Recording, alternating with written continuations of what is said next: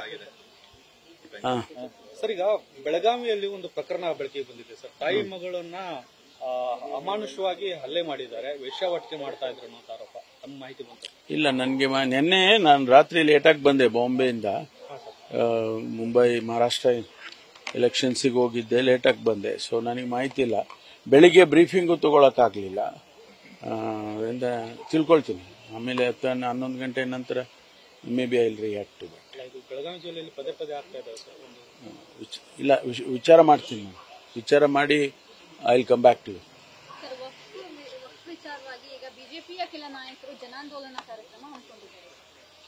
ಇಲ್ಲ, ಅವರು ಈ ವಿಷಯವನ್ನ ರಾಜಕೀಯ ಅಸ್ತ್ರವಾಗಿ ಬಳಸ್ತಾ ಇದ್ದಾರೆ. ಇದರಲ್ಲಿ ಅವ್ರು ಅಂದ್ಕೊಂಡಿರ್ಬೋದು, ಅವರೇನೋ ಒಂದು ನಮ್ಮ ಸರ್ಕಾರವನ್ನ ಇಕ್ಕಟ್ಟಿಗೆ ಸಿಕ್ಕಾಕ್ಸ್ಬೋದು ಅಂತ ಹೇಳಿ ಆ ರೀತಿ ಅನ್ಕೊಂಡಿರ್ಬೋದು ಅವರು. ಆದ್ರೆ ಹೆಚ್ಚು ಡ್ಯಾಮೇಜ್ ಮಾಡ್ತಾ ಇರತಕ್ಕಂಥದ್ದು ಸಮಾಜದಲ್ಲಿ ಶಾಂತಿಯನ್ನು ಹಾಳು ಮಾಡೋದಕ್ಕೆ ಮತ್ತು ಒಂದು ರೀತಿಯಲ್ಲಿ ನಮಗೆ ಮತ್ತು ಅವರಿಗೆ, ಅಂದ್ರೆ ಮೈನಾರಿಟೀಸ್ ಅವರಿಗೆ ಸ್ಥಳೀಯವಾಗಿ ಮನಸ್ತಾಪಗಳು ಬರುತ್ತೆ.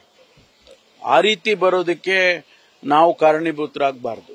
ನಮಗೆ ಶಾಂತಿಯಿಂದ ಇರಬೇಕು, ನಾವೆಲ್ಲ ಸಹೋದರತ್ವದಿಂದ ಇರಬೇಕು ಅಂತ ಅನ್ನೋದೇ ನಮಗೆ ಕಾಂಗ್ರೆಸ್ ಪಕ್ಷಕ್ಕೆ ಇರ್ತಕ್ಕಂಥದ್ದು.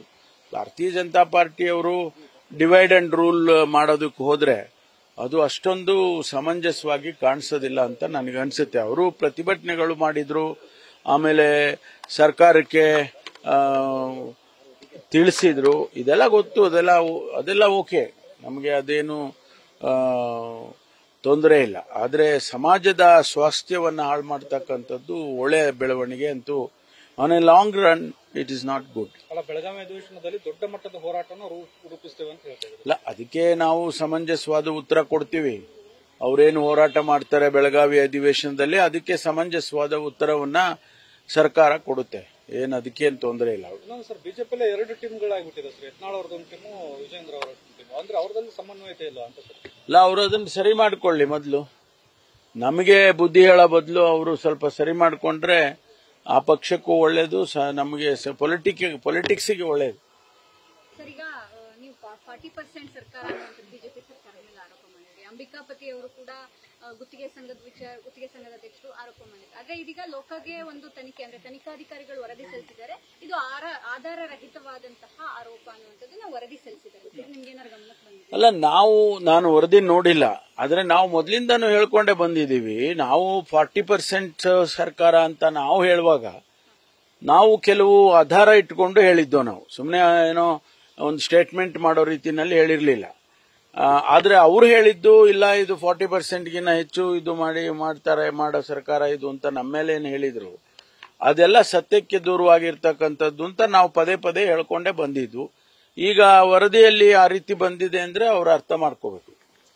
ಸರ್, ಇಷ್ಟು ದಿನ ಜಮೀರ್ ಅವರ ಒಂದು ಹೇಳಿಕೆ ಸಾಕಷ್ಟು ಚರ್ಚೆ ಮಾಡ್ತು.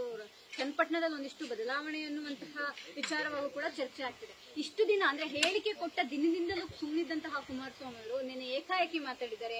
ಮಂತ್ರಿಗಳು ಸಮರ್ಥನೆ ಮಾಡ್ಕೊಳ್ಳೋ ವಿಚಾರಕ್ಕೆ ಬೈದಿದ್ದಾರೆ. ಒಂದ್ ರೀತಿ 3-4 ಸಚಿವರಿಗೆ ನೇರವಾಗಿ ವಾಗ್ದಾಳಿ ಮಾಡಿದ್ದಾರೆ. ಇದೆಲ್ಲ ಒಂದ್ ಕಡೆ ಸ್ಟ್ರಾಟಜಿ ಅಂತ ಅನಿಸ್ತಾ ಅನ್ನುವಂಥದ್ದು.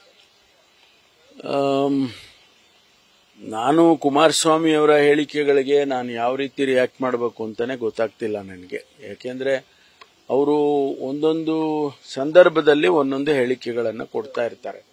ಹಾಗಾಗಿ ಅದಕ್ಕೆ ರಿಯಾಕ್ಟ್ ಮಾಡದೇ ಇರೋದೇ ಒಳ್ಳೆಯದು. ಮಹಾರಾಷ್ಟ್ರ ಎಲೆಕ್ಷನ್ ಹೇಗಿದೆ ಸರ್?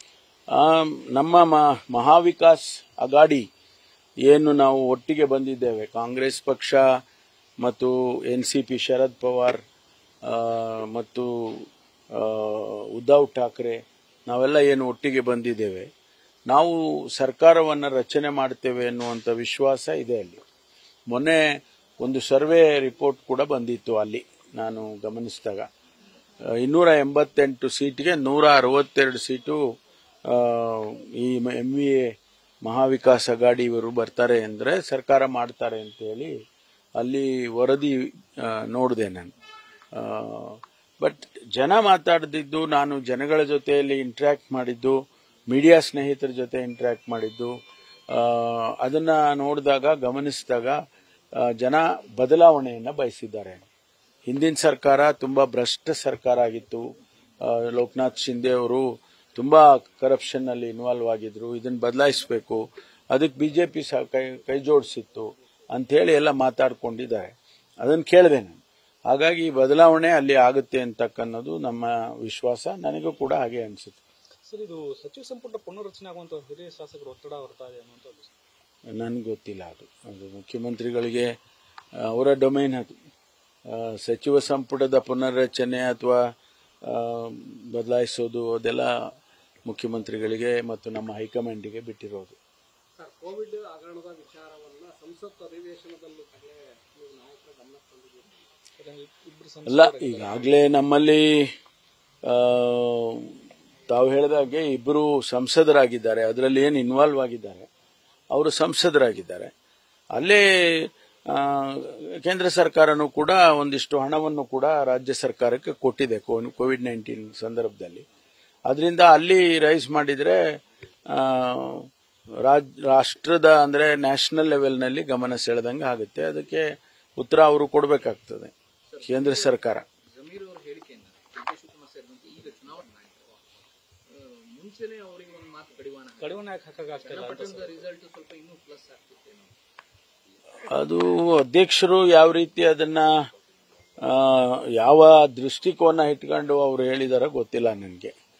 ಅವರು ಗಮನಿಸಿದ್ದಾರೆ ಅಥವಾ ಅವರು ರಿಯಾಕ್ಟ್ ಮಾಡಬೇಕಾಗಿತ್ತು ಚುನಾವಣೆ ಸಂದರ್ಭದಲ್ಲಿ, ಅಥವಾ ಆ ಸ್ಟೇಟ್ಮೆಂಟ್ ಬಂದಾಗಲೇ ಮಾಡಬಹುದಾಗಿತ್ತು. ಇವೆಲ್ಲ ಚರ್ಚೆಗಳಾಗ್ತಾ ಇದ್ದಾವೆ. ಅಧ್ಯಕ್ಷರು ಅದಕ್ಕೆ ಉತ್ತರ ಕೊಡ್ತಾರೆ. ಲೋಕಾಯುಕ್ತ ಪೊಲೀಸರು ಜಮೀರ್ಗೆ ನೋಟಿಸ್ ಕೊಟ್ಟಿದ್ದಾರೆ. ಹಳೆ ಪ್ರಕರಣಗಳು ಇದು ನಡೀತಾ ಇರುತ್ತಲ್ಲ ದಿನನಿತ್ಯ. ಲೋಕಾಯುಕ್ತ ಕೆಲವರಿಗೆ ನೋಟಿಸ್ ಕೊಡುತ್ತೆ, ಕೆಲವರಿಗೆ ರೈಡ್ ಮಾಡುತ್ತೆ, ಕೆಲವರಿಗೆ ಕಾನೂನಿನ ಪ್ರಕಾರ ಕ್ರಮ ತಗೊಳ್ಳುತ್ತೆ. ಇದು ನಡೀತಾನೆ ಇರುತ್ತೆ. ಅದು ಅವ್ರ ಕೆಲಸ. ಅದು ಲೋಕಾಯುಕ್ತ ಸಂಸ್ಥೆ ಕೆಲಸವೇ ಅದು. ಆಂಟಿ ಕರಪ್ಷನ್ ಒಂಥರ ವಿಂಗ್ ಇದ್ದಾಗೆ ಲೋಕಾಯುಕ್ತ ಮಾಡಿರೋದೇ ಆ ಉದ್ದೇಶದಿಂದ. ಅದಕ್ಕೋಸ್ಕರ ಅದು ನಡೀತಾ ಇರುತ್ತೆ, ನಿರಂತರ ಪ್ರಕ್ರಿಯೆ ಅದು. ನ್ಯೂಸ್ ಫಸ್ಟ್ ನಿರ್ಭೀತಿಯಿಂದ ನಿಮ್ಮ ಪರವಾಗಿ.